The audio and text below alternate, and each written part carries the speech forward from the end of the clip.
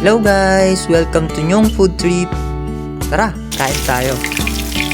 Today, magluluto tayo ng masarap, swak na swak sa panlasang Pinoy. Pampanaw with sweet chili sauce. Promise, mapapa-exercise kayo dito. Ready na natin ang bawang.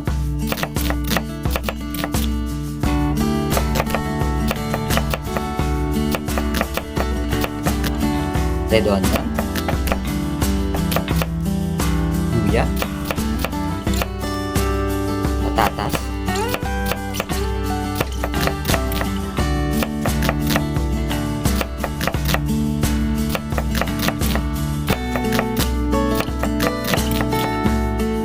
carrots,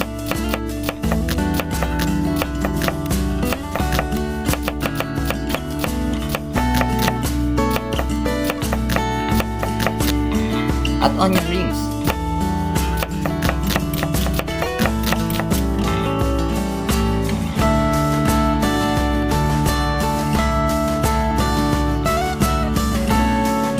Okay, iprito muna natin ang ating pampanaw. Ang init ng kawali at lagyan ng mantika. Pag mainit na, dahan-dahan nilagay dito. Ituloy hanggang mag-light brown sa isang side. Tapos balik-balik.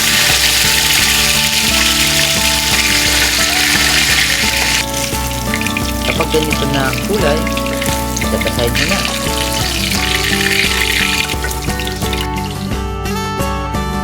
Gawin naman natin ang ating sweet chili sauce. Mag-init ng 2 tablespoon na mantika. Isa ang bawang. Red onion.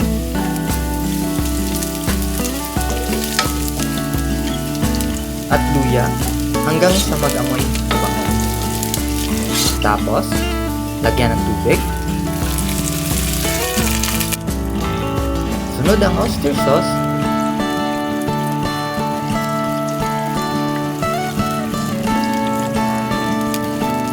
Sweet chili sauce,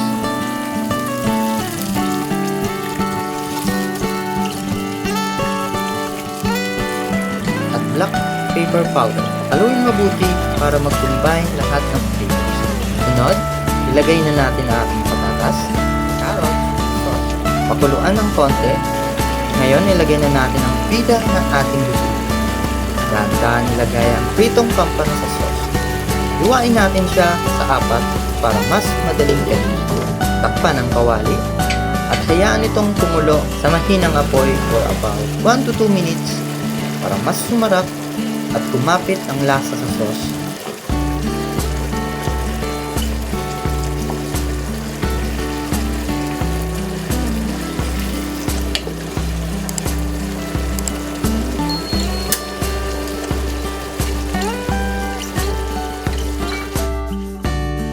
Ayan! Ready to serve na ang ating pampanaw with sweet chili sauce.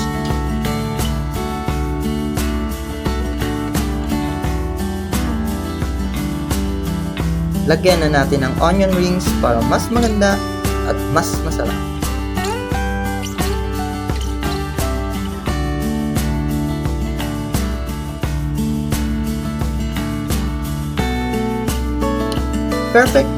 Perfect itong kainin with steamed rice. Ang sarap ng kombinasyon ng tamis anghang at alat sa bawat siko.